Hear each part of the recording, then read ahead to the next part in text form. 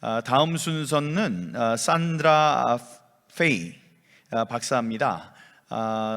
페이 박사는 하버드 Next 로스쿨의 speaker 인권 is 프로그램의 Dr. Sandra Fahy, 연구원이십니다. and she 일본 is 도쿄 a visiting fellow at 소피아 Harvard 대학교 University, and 부교수로서 she 일하고 계시고요. is an associate professor of 각종 수상 anthropology in 후보에 the 오른 Faculty of Liberal 북한의 Arts and the 인권에 graduate 관한 책들을 program at Sophia 저술하셨습니다. University in Tokyo, and she wrote various 워싱턴에서 오랫동안 기다리고 books 계셨던 on 산드라 this 페이 matter. She 교수에게 is joining 마이크를 us from Washington, 넘기겠습니다. D.C., 마이크를 and 받아주시기 I'd like to 바랍니다. pass 큰 on the 박수로 맞아주십시오. microphone to Dr. Sandra Fahy.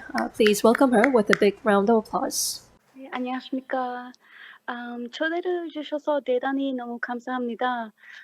제가 지금부터 영어로 발표하겠습니다. So welcome and thank you. I trust we are all here today to learn about how to rig an election. There are many ways to rig an election. Ballots can be stuffed. Opposition fighters can be arrested or disappeared. You can intimidate supporters of the opposition. When the ballots come in, you can forget how to count, adding ballots here and subtracting ballots there. You can buy your ballots. You can make the voting lines so long that people turn away. When you rig an election, it becomes an act of theater, a play at reality. You play a game with the lives of citizens. In such a case, elections are not a measure of how well you represent the people, but the mechanism by which corrupt leadership destroys society. These methods are old school. Let me tell you where we are today. Technology has made us more democratic, but don't get too excited, because the corrupt keep up with technology and they adapt fast. Some of us might have thought that the internet was a naturally democratizing force, that having mobile phones was, that having cameras on your phone was, that having social media platforms and interactive channels and YouTubers was. And yes, these are ways of making our views count.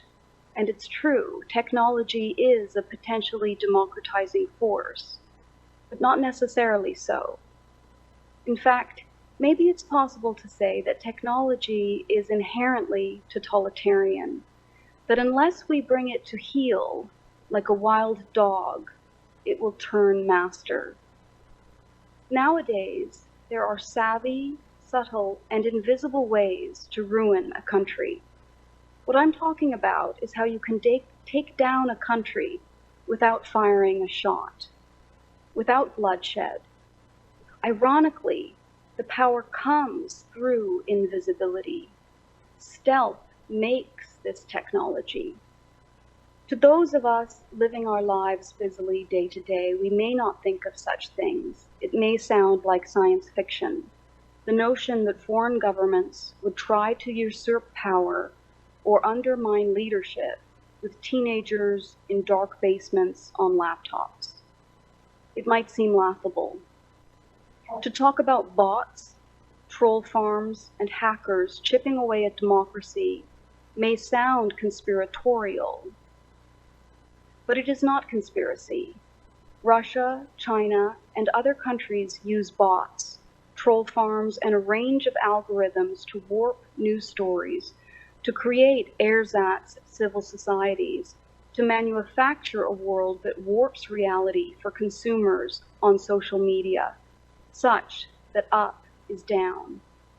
The following groups have shown that this is happening. Look at the work of Bellingcat.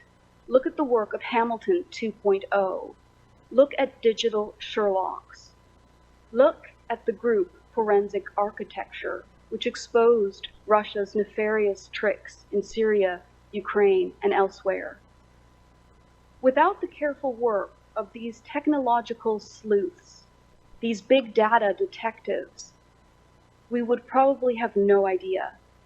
The backdoor thief could claim he was never there, but thanks to these groups and others, we know. So when we talk of election rigging, we are talking about theft. That's why experts making assessment of election fraud in DR Congo said the election was stolen.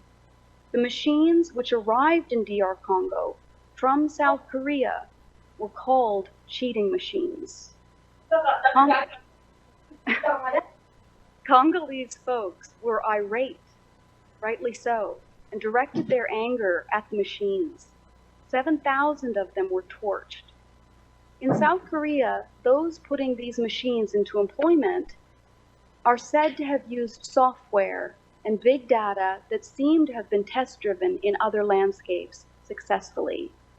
Leading up to the April 15, 2020 election, the private data of South Koreans was provided to the Chinese company Tencent, and in turn, this geographic and demographic information was used to model the fraud. Statisticians have tested the data set of information available about the election, and the findings triggered several indicators that fraud did take place. And many in South Korean media are just now beginning to talk about it. Some of the stories are as follows. Votes from one district were found in another. More votes were cast than registered voters in South Korea. Voting machines were not supposed to be able to communicate with each other or be USB accessible. They were. Cameras were supposed to observe the machines, but none were present, and so on. What happens when people fear that an election has been stolen?